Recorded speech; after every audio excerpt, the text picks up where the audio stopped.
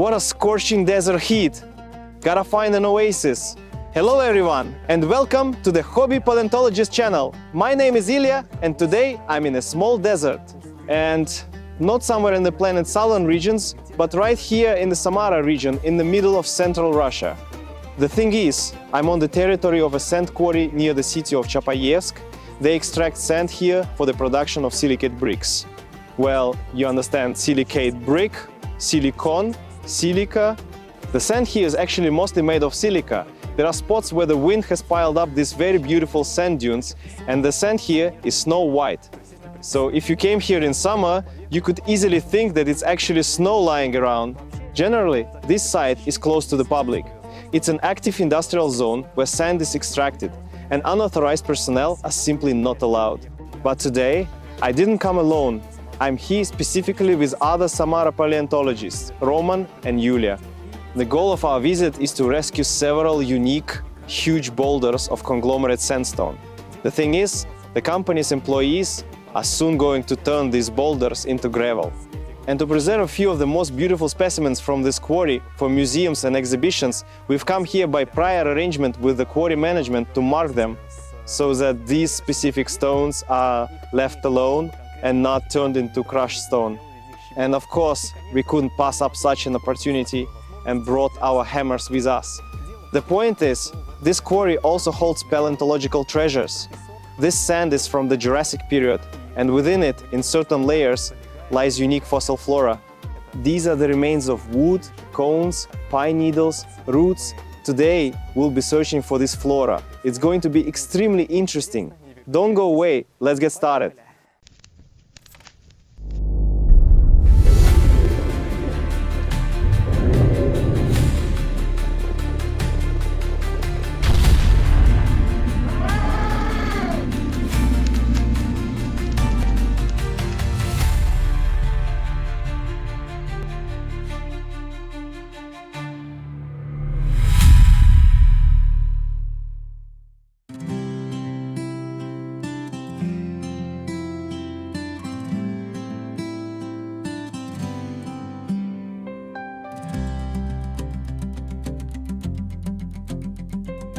So, dear friends, let me start by explaining where we are, the age of the rock here, what it consists of, and what can be found here.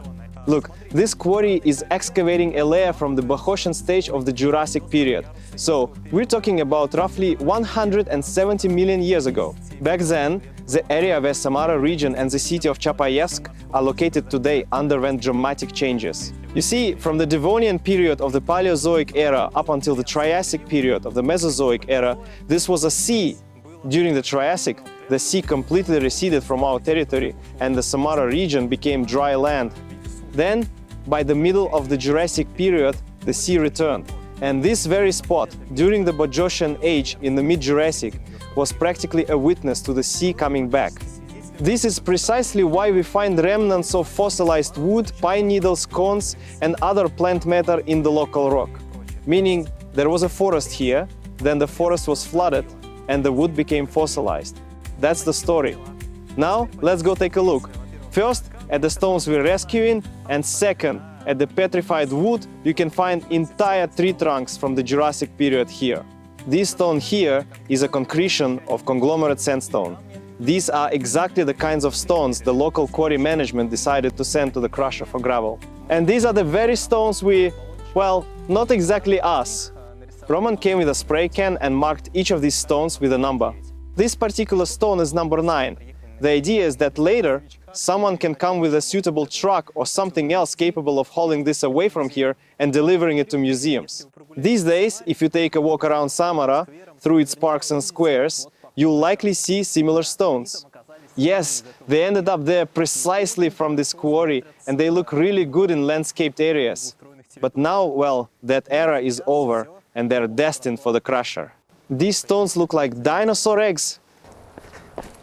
Look how it's wobbling. Whoa, it fell over. Let's try that again. I have no idea how, but we were also asked to mark this stone. Roman has painted a number 7 right here.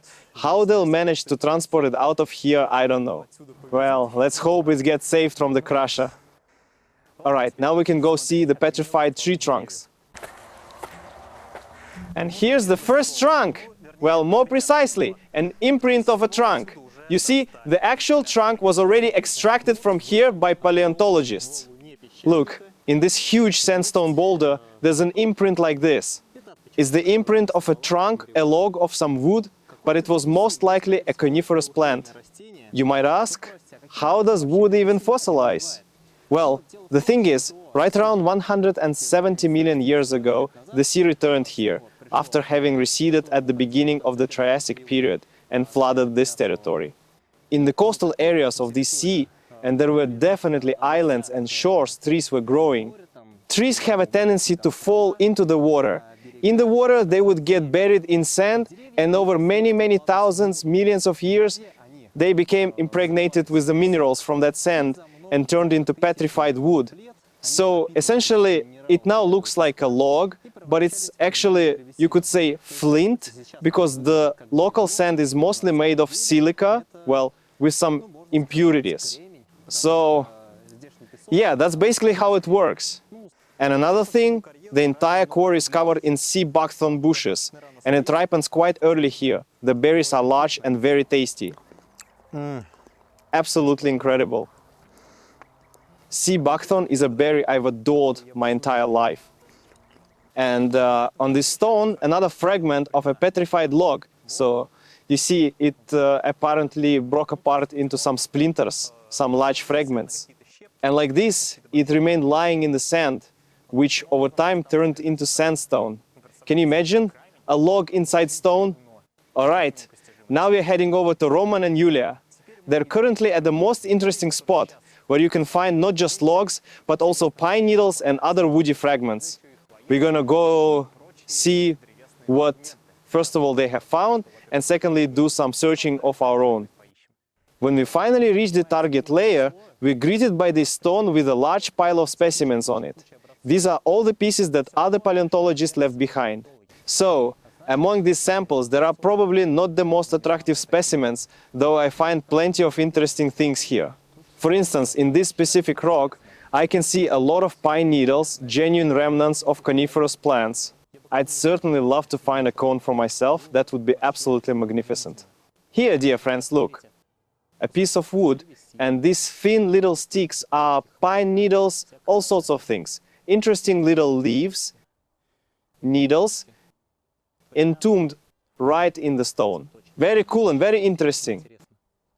And here, dear friends, an actual twig. Look, bark, the core, a twig knot. Very cool, absolutely. Let me show you up close. Here, look, the core, the bark, the knot. It's practically like a modern twig, but it's 170 million years old, from the middle of the Jurassic period. Can you imagine? Back then, dinosaurs might very well have walked through these very thickets. All that's left is to find their skeleton here, and it would be an absolute sensation. The secret to finding fossils here is quite simple. You just pick any stone that looks promising and give it a good whack with a hammer, hoping something might be inside. But in this particular piece, I found some pine needles and wood chips. Here's a needle. I can't say if it's from a spruce or a pine, because there were definitely other species of coniferous plants back then, and some wood chips. Well, it's a start. Let's look for something more interesting. I'd be thrilled to find a cone or a seed, something that's different from ordinary wood and less common among finds. Or something that's never been found here at all. Hang on, I need to take a closer look at this.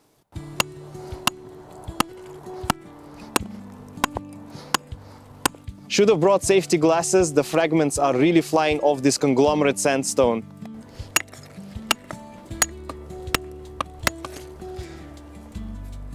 So far, I'm only finding wood fragments. I found an interesting black inclusion. Could it be a piece of coal? Here, look, this is wood. And here's something black. I'm going to go ask Roman. What's this? It's not coal, is it? Not sure. Look what I found. Whoa!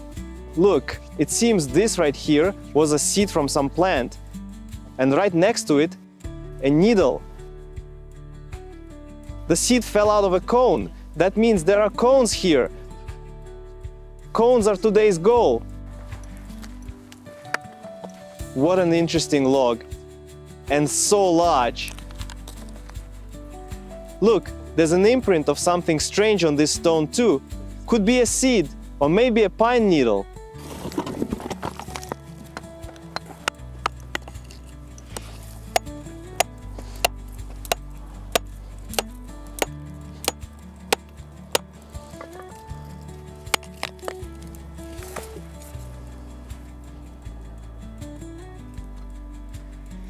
Here's another stone with some branches on it.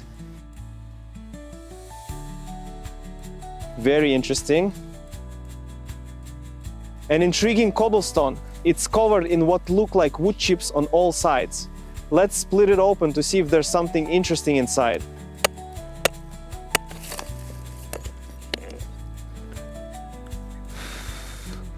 Yes, there's a twig right here. Look, a small round one right inside the stone. It continued on this side. The imprint looks like a belemnite, a woody twig right inside the stone. Very unusual. Very interesting. Let's see what else is here.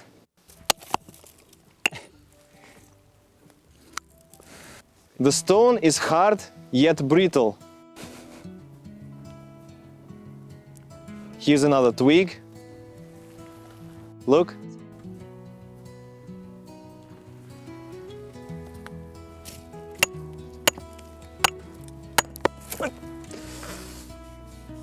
Don't ever do it like that. What an interesting fossil, but I don't know what it is. A pine needle or a rootlet with little hooks. Or maybe it's something like a horsetail or a club moss. I need to carefully extract it and take it with me. This is a very interesting find. But how do I do it?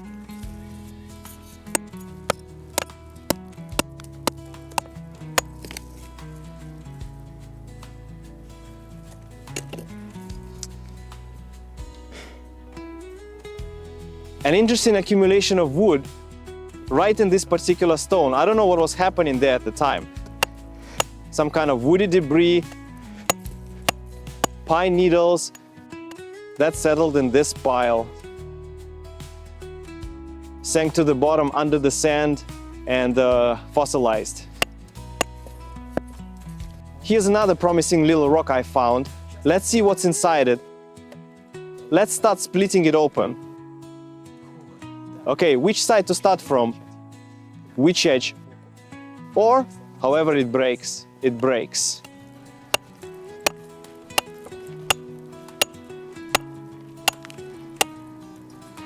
Okay. What do we have here? Well, a piece of wood. Here's another splinter. Look. Also a chunk of some branch, or trunk, or bark. Something like that. All right, the rock is promising. Let's keep chipping away at it.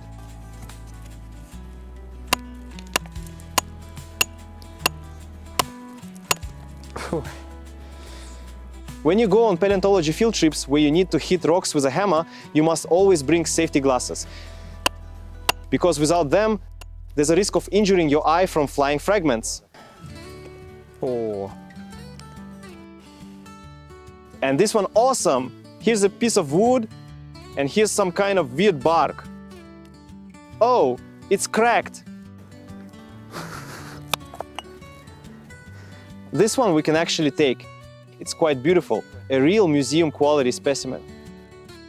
The downside of this place is the abundance of sand. I'm already covered in sand, absolutely covered. Sand in my sneakers, sand between my teeth, sand on all my limbs. In short,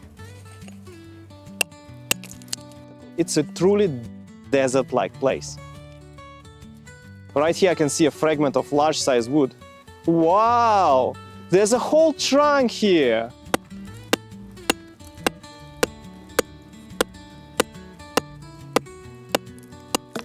Look at this beauty!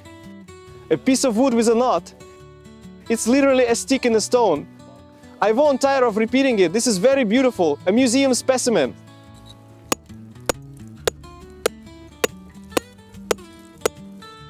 look what Roman brought. Here, something like a tree bud, like on young pines before the cones appear, the part that insects pollinate. Here, something roughly like that. Or like on a larch, for example. Interesting. Look what I found! A whole cluster of leaflets. Look, right here they are, tiny, tiny. Most likely, it's a part of a fern frond. But this specimen definitely has to be taken with us. So cool! This one I really liked. Even though it's small, it's insanely beautiful.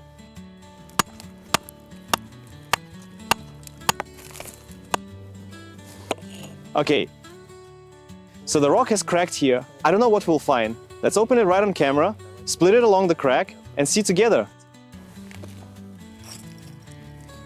Whoa.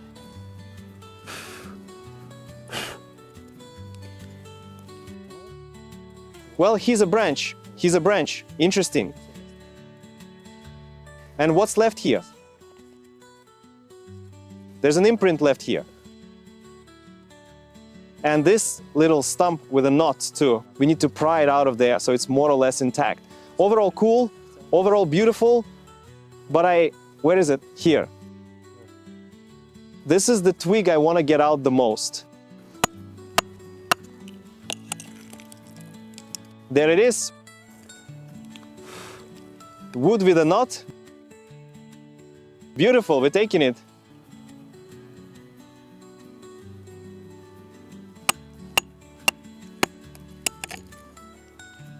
Here, look, something else interesting. Here, also some kind of weird little thing. Could be a blade of grass or something else. Whoa! Whoa! What an awesome thing! This is the best find of the day. Folks, check this out. It's an insanely beautiful fern. Here it is. It's from the Jurassic period. That's it. This will be the centerpiece of my collection. I'm taking this fern. This is great. This rock should also be split open, ideally. What if there's another fern just like it inside? Oh. I can see some kind of conifer needle. I wonder if I can extract it without damaging it? Here, check it out, how cool! Judging by everything, this geological layer, you could say, is plant-bearing. So, what is this? Seeds maybe? Something that looks like them? Yes. I need to examine this rock more carefully. I'll get rid of this annoying stone that doesn't want to split.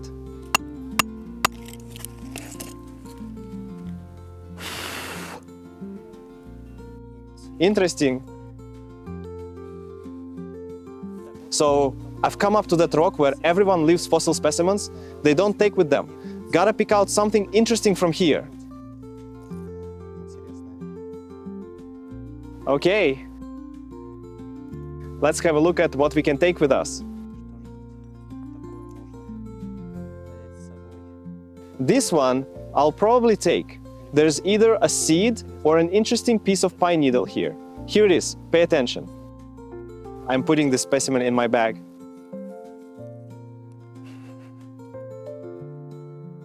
And I'll also take this fossil here. See, it's also unclear. Could be a needle or a seed. I'll need to take a look at home and figure it out. Dear friends, this brings us to the end of another episode of The Hobby Paleontologist, this time about Jurassic fossil plants.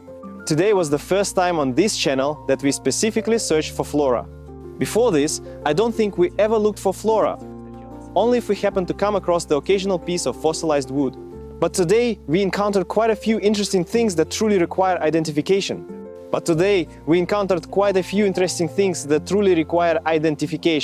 These plants grew in the Jurassic period. Among them were already gymnosperms.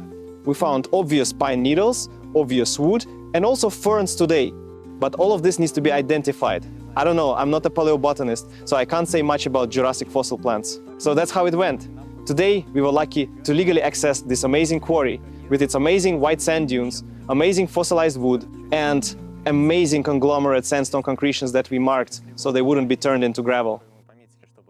Well, overall something like that. The time has come to say goodbye. This was Ilya with the Hobby Paleontologist channel. See you later, everyone!